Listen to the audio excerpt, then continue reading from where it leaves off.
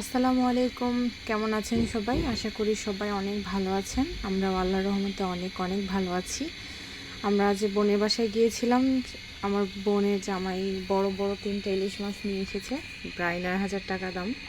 এটাই সবচেয়ে বড়, যে বড়টা আমি নিজের হাতে কাটছি। আমি ফার্স্ট টাইম এত বড় ইলিশ মাছ কাটলাম, এর আগে কখনোই কাটিনি।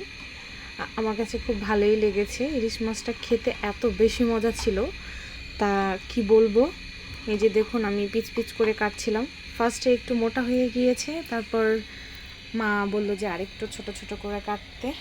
যাই হোক, কার কার ইলিশ মাছ খুব খুব বেশি পছন্দ সেটা অবশ্যই জানাবেন। এই তো আমি লেজটা কেটে নিয়েছি, এখন মাথাটা কেটে নিব।